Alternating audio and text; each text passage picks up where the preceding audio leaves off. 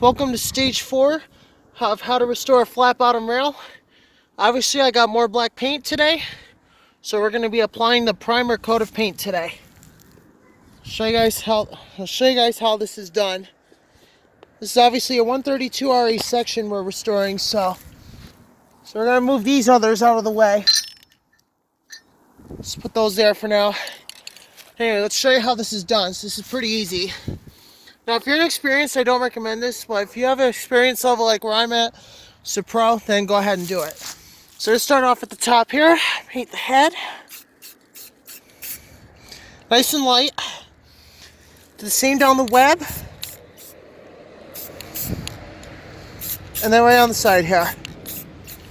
It should only be a primer coat. So in this case, that's primer. Now we're going to get the sides. Get the other part of the web right here. Also, we're going to get the sides of the rail.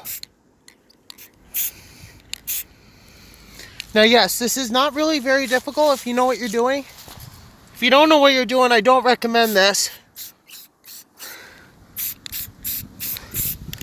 You guys can see it's actually a pretty easy job. I'm going to see you go over the head right there. Get that side of the rail. And also, I'm going to show you guys how to do the head of it. Yeah, watch that. Yeah, so you just want to do a little spritz. You don't want to do too much. You don't want to ruin your rail.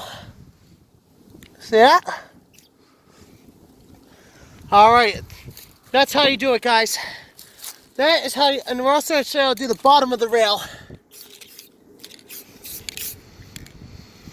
Alright. That's how you do it, guys.